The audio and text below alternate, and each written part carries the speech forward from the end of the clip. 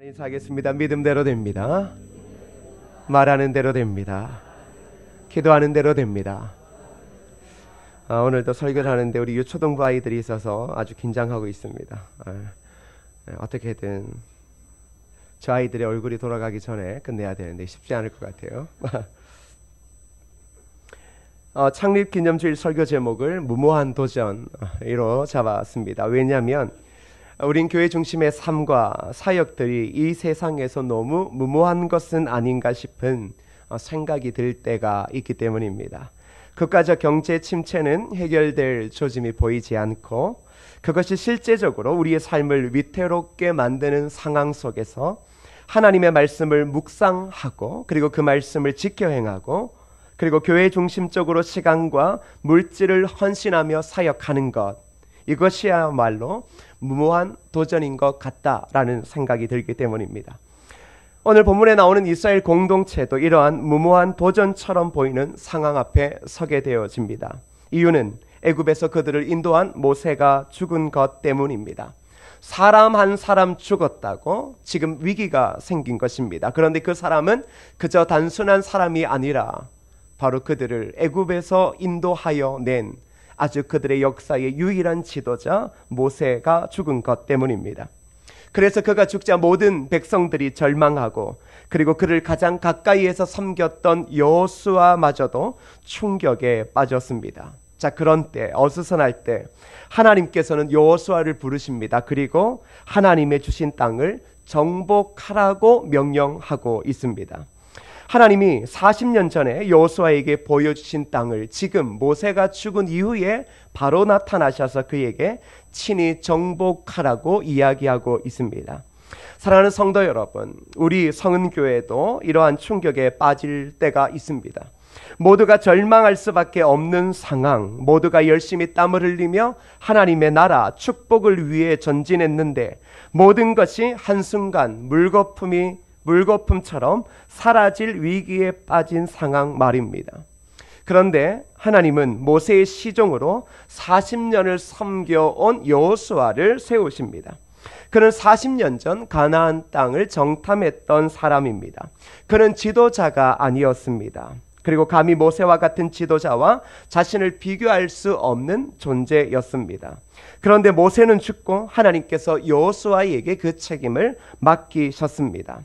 성경에서 하나님이 찾아오셔서 꿈을 심어 주실 때의 상황은 대부분 어떠한가라고 하면 언제나 위기와 혼돌과 좌절의 때였다라는 것입니다.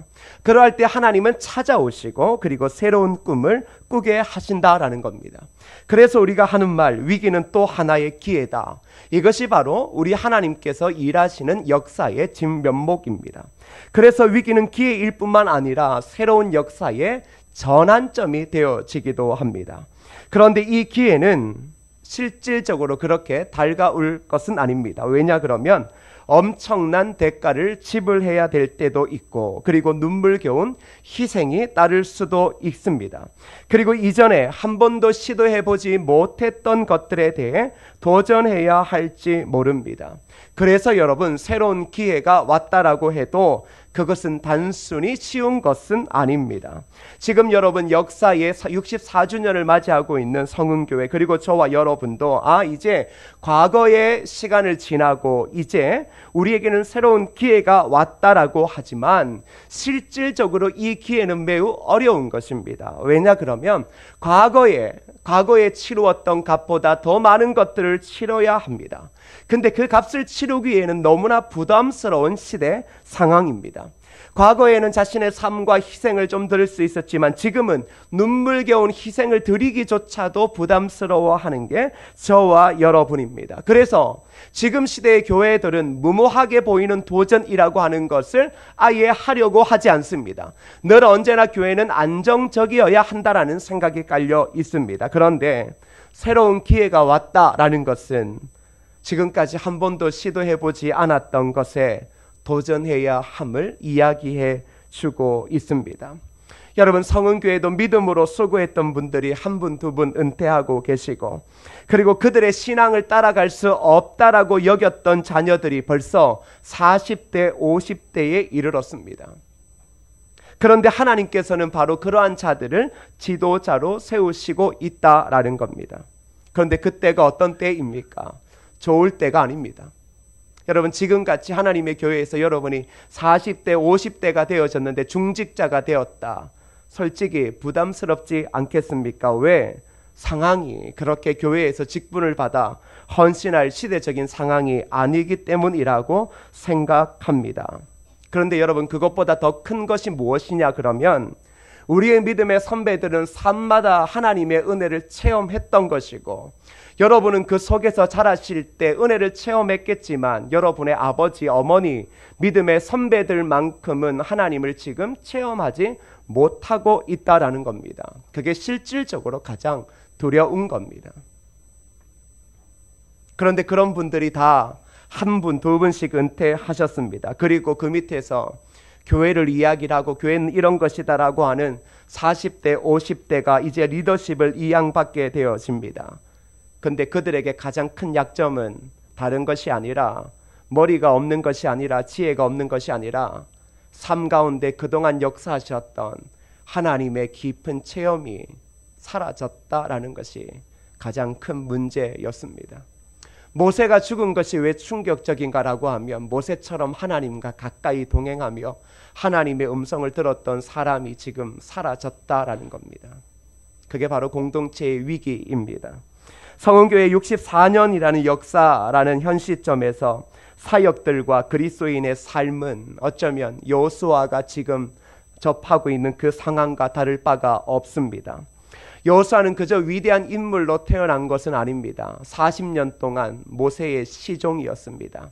좋은 말로 하면 시종이지 나쁜 말로 말하면 몸종입니다. 뒤치다거리 하는 사람이었습니다. 그저 시키면 시키는 대로 해야 되고 정탐하라 그러면 정탐해야 되는 사람입니다. 그런데 그가 리더십을 이양받습니다. 그리고 그가 모세가 했던 일을 대신해야 됩니다. 여러분, 그것만큼 무모한 도전이 어디 있겠습니까? 이거 참 어려운 상황입니다. 그래서 여러분, 여호수아에게 무엇이 갑자기 엄습하는가라고 하면 두려움이 엄습하더라는 것입니다. 이제는 누군가를 기댈 수도 없고 그저 원망을 할 수도 없습니다. 이젠 그 어릴 적 교회를 보며 꿈꿔왔던 하나님의 역사를 이제 실제적으로 감당해야 하기 때문입니다. 성은교회에 속한 모든 분들도 우리 삶에 모세와 같은 자들이 있을 때는 솔직히 두려움을 잘 모릅니다. 여러분들은 가끔 나이 드신 믿음의 선배들이 빨리 은퇴 안 하나 죄송합니다, 그런 생각을 할 때가 있습니다. 내가 하면 그러지 않겠다. 과연 이게 맞을까요? 그렇게 생각하시죠? 그렇다고 은퇴를 또 하지 말라는 건 아닙니다. 그분들이 무엇인가 교회를 하고 있을 때 젊은이들이, 그들의 자녀들이 가장 뭘 이야기하냐 그러면 저건 아니다라는 겁니다. 그리고 자기는 저렇게 안 하겠다. 근데 실질적으로 그분들이 은퇴해서 이제 그 자리에 리더십을 이양할 때 가장 먼저 나오는 게 무엇입니까? 못하는 겁니다. 안 합니다. 이게 가장 어려운 거예요. 믿음의 선배들이 하나 둘씩 은퇴하면 누군가 그 자리를 이어받아야 되는데, 그 자리를 이어받았던 젊은이들이 과거의 교회를 향하여 얼마나 개혁을 외쳤는데, 그들이 40, 50이 되어져서 위기 상황에 그 리더십을 이양해야 되는데 그들은 이양하지 않으려고 합니다. 그리고 한다는 말이 하나님이 알아서 하시겠지. 하나님이 알아서 하시죠. 그런데 하나님은 사람을 통해 일하신다라는 그 사실을 놓치고 있는 것이겠죠. 그리고 하나님은 그 사람을 통해 일하시고 싶어 하는 것이겠죠. 여러분, 성은교회도 똑같습니다. 우리의 삶에 모세와 같은 자들이 있을 때 믿음으로 도전하고 하나님의 음성을 듣고 하나님의 말씀이라면 그렇게 삶의 모든 것들을 다 들어가며 순종했던 사람들이 있을 때는 두려움이 없습니다. 그런데 그분들이 하나둘 우리 곁을 떠나가고 그리고 리더십이 이양되기 시작하면 결국 두려움과 무력감이 들 때가 있습니다. 하물며 모세 옆에서 40년을 버텨왔던 여호수아도 바로 그 마음에 불안감과 두려움이 들었다라는 것입니다.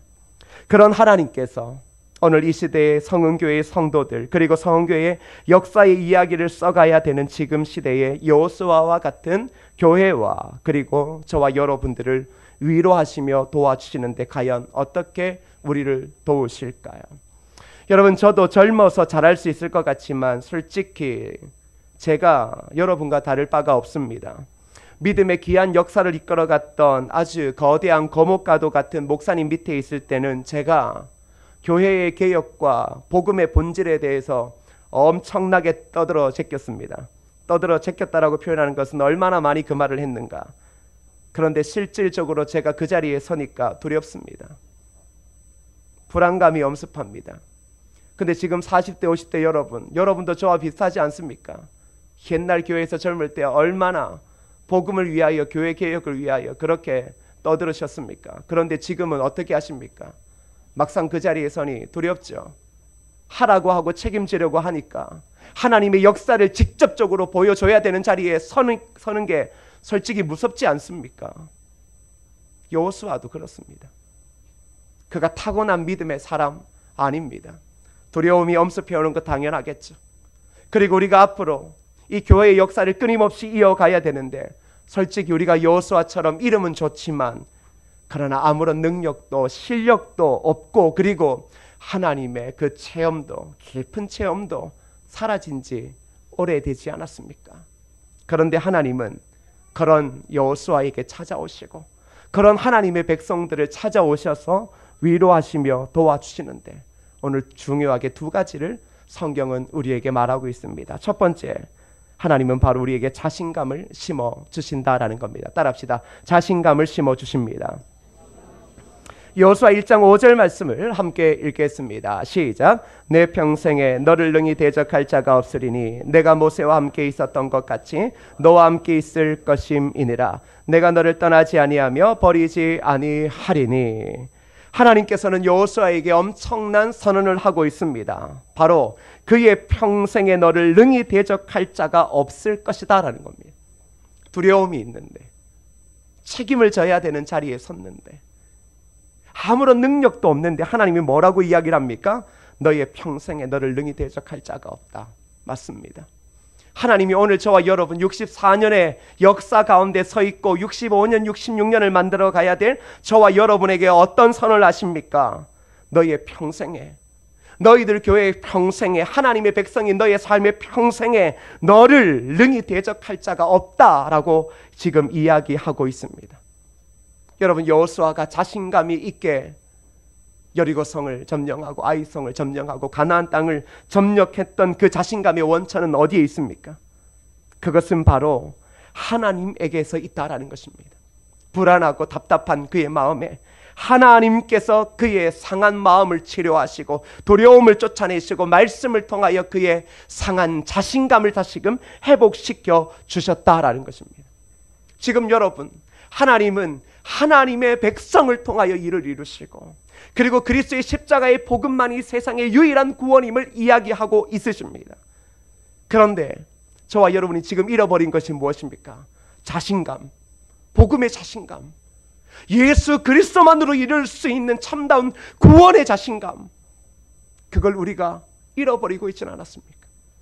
옛날 믿음의 선배들, 믿음의 장로님과 권사님, 목사님들이 그래도 예수 그리스도 그 믿음으로, 그 믿음의 자신감 하나로 지금까지 버텨왔다면 우리는 그 자신감을 지금 잃어버리고는 있지는 않습니까? 그런데 하나님께서 여호수아의 두려운 마음에 무엇을 심어주십니까? 너를 능히 대적할 자가 없다라는 겁니다. 그리스도의 사람으로, 하나님의 사람으로 자신감을 가지라는 것입니다. 왜?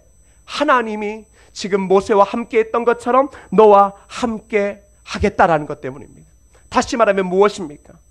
믿음의 역사는 과거로 끝나는 것이 아니라, 믿음의 선배들의 삶으로 끝나는 것이 아니라, 끊임없이 시대는 아무리 변한다 할지라도 하나님의 사람을 통하여 하나님의 역사는 드러나기 때문입니다.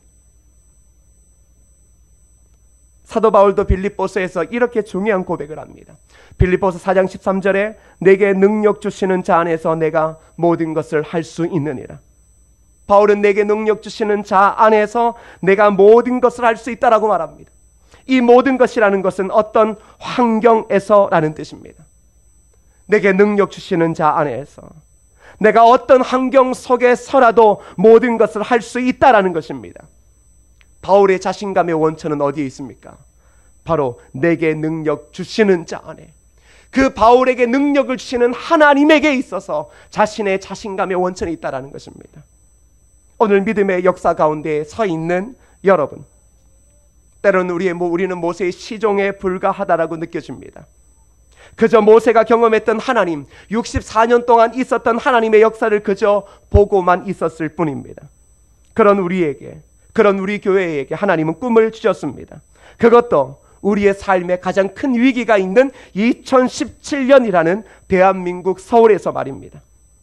아무것도 할 수 없고 무엇을 해야 할지도 모르고 하나님의 말씀대로 살아가야 하는 건 알지만 정확히 하나님의 말씀대로 살아가면 어떤 결과가 일어날지도 모르는 그 상황 속에서 하나님은 우리의 삶에 모세를 빼앗아 가시고 우리에게 리더십을 맡기셨습니다.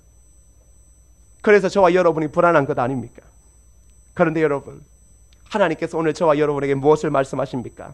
너의 평생에 너희를 능히 대적할 자, 능히 당할 자가 없다라는 사실입니다. 할렐루야. 여러분, 그것이 우리의 자신감입니다. 하나님이 나의 하나님이시기에, 그 하나님이 나를 지키시고 내 앞서 행하시기에 우리를 대적할 자가 없다라는 것입니다. 그러면서 중요한 말을 하죠. 내가 너를 떠나지 않고 버리지 않겠다. 하나님은 모세를 떠나지 않았습니다. 모세를 버리지 않았습니다. 그 하나님께서 오늘도 동일하게 내가 너를 떠나지 않겠다, 너를 버리지 않겠다, 모세와 함께 했던 것처럼, 믿음의 선조들과 함께 했던 것처럼 오늘 이 시대에도 너희와 함께 하겠다라고 이야기를 해주고 있습니다. 사랑하는 성도 여러분, 우리가 역사를 이어갈 수 있는 힘이 어디에 있다고요? 바로 하나님에게 있습니다. 그 하나님께서 오늘 저와 여러분에게 말씀하십니다. 뭐라고요? 너희의 평생에 너를 능히 당할 자가 없다. 너희의 평생에 너를 능히 당할 자가 없다. 내가 너를 떠나지 않고 버리지 않는다.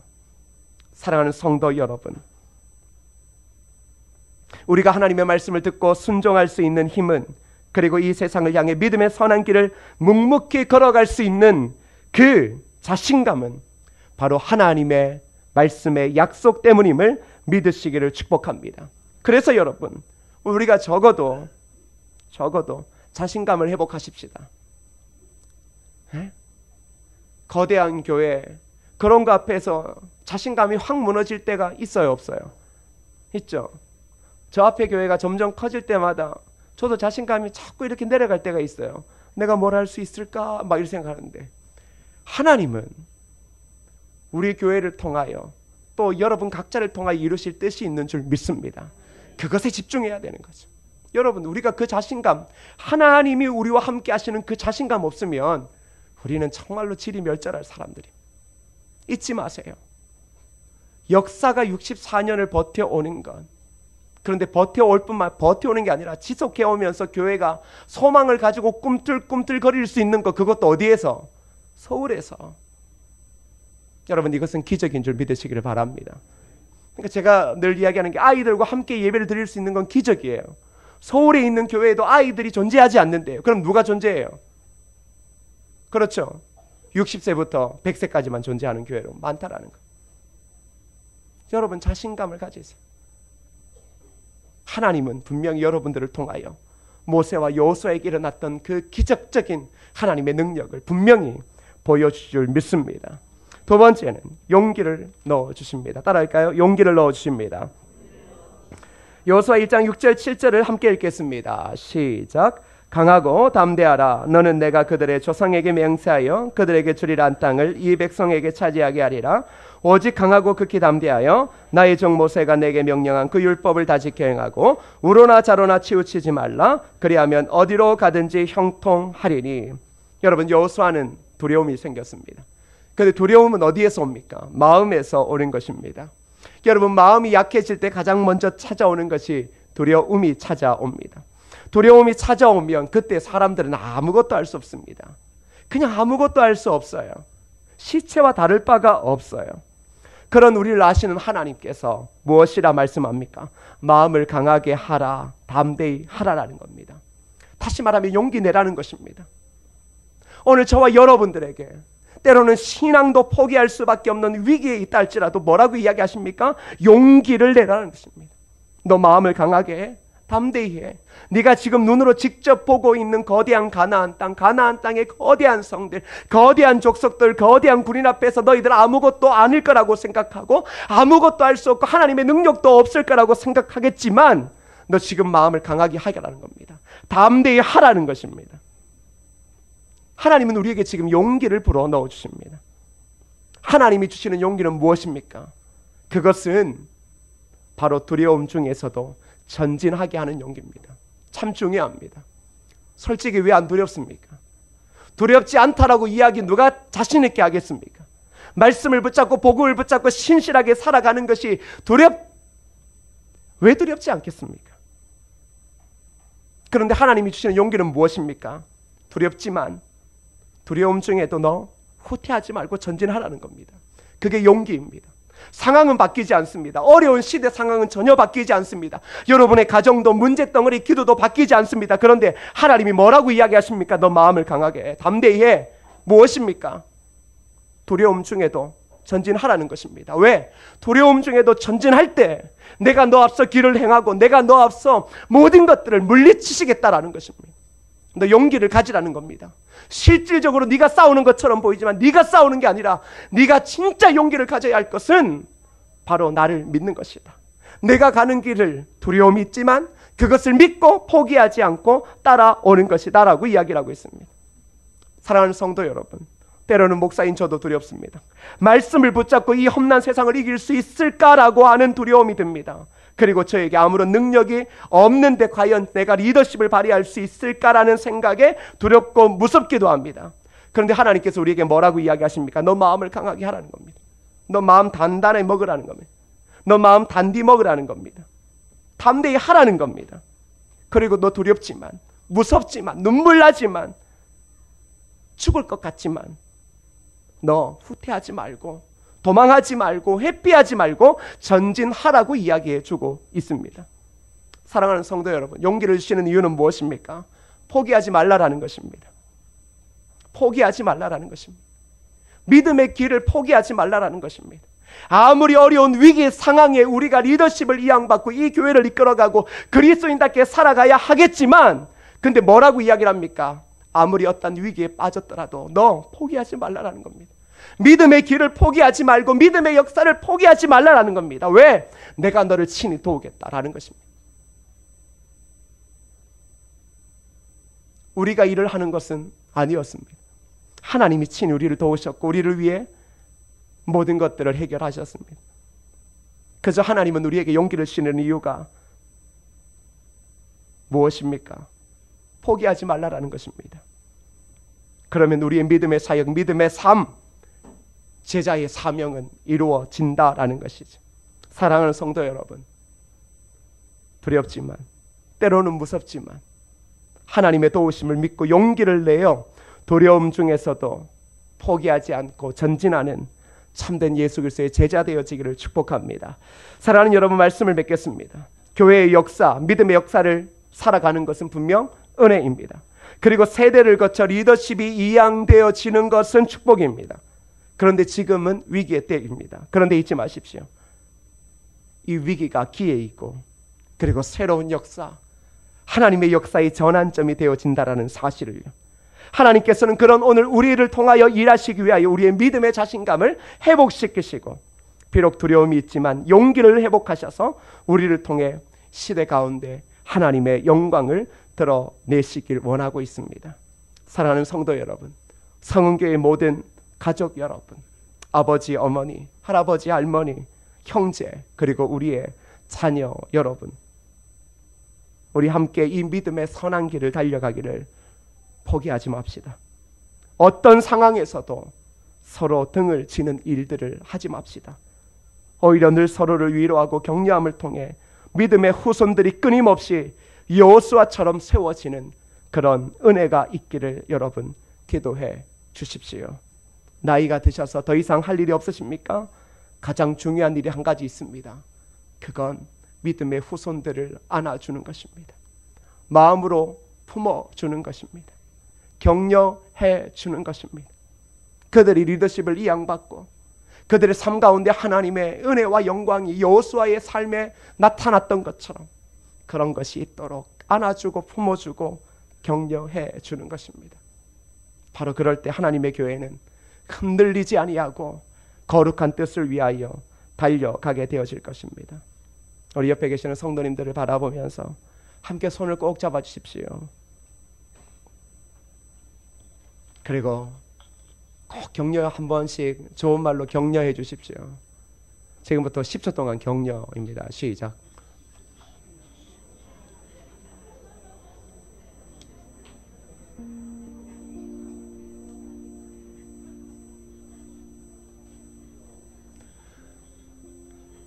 그리고 오늘 이후에 있을 체육대회 때 어른들에게 바라는 건 대단한 걸 하는 게 아니라 그냥 아이들 오랜만에 뛰어노는 거 한번 보시라는 거예요. 그 옛날에는 제가 국민학교 다닐 때도 운동회 하면 온 동네 잔치였잖아요. 지금은 학교도 오지 말라고 하더라고요. 예, 수희 아저씨가 자꾸 저보고 누구냐요?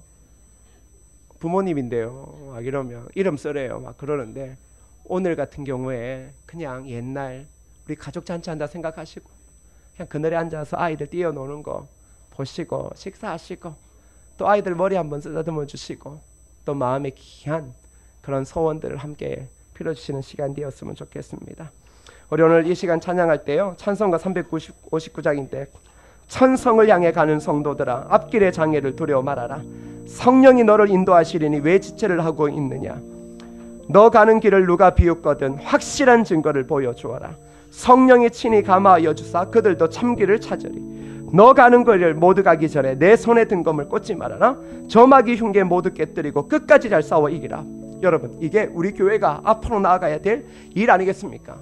이 시간 우리 힘차게 박수치시면서 하나님의 교회의 믿음의 역사를 바라보며 함께 이 찬양을 고백하도록 하겠습니다. 천성을 향해 천성을 향해 가는 성도들아 앞길의 장애를 두려워 말라. 성령이 너를 인도하시니 왜 지체를 하고 있느냐. 앞으로 천성을 향해 나가세. 천성문만 바라고 나가세. 모든 천사 너희를 영접하러 문 앞에 기다려서 너 가는 길을 누가 비웃고 확실한 증거를 보여주어라. 성령이 친히 감하여 주사 그들도 참기. 우리 다시 한번 2절 고백합시다. 너 가는 길을 누가 비웃거든 확실한 증거를 보여주어라. 성령이 친히 감하여 주사 그들도 참기를 찾으리.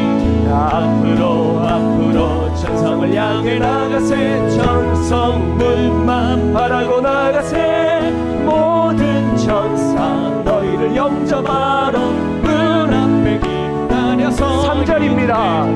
너 가는 길을 모두 가기 전에 내 손에 든 검을 꽂지 말아라. 저마귀 흉계 모두 깨뜨리고 끝까지 잘 싸워. 다시 한 번 더 고백합시다. 너 가는 길을 모두 가기 전에 내 손에 든 검을 꽂지 말아라. 저마귀 흉계 모두 깨뜨리고 끝까지 잘 싸워 이겨라. 앞으로 천성을 향해 나가세. 천성문만 바라고 나가세. 모든 천사 너희를 영접하러 문 앞에 앞으로 천성을 향해 나가세. 앞으로 천성을 향해 나가세. 천성문만 바라고 나가세. 모든 천사 너희를 영접하러 우리 한 번 더 고백하시겠습니다. 앞으로 천성을 향해 나가세. 천성문만 바라고 나가세.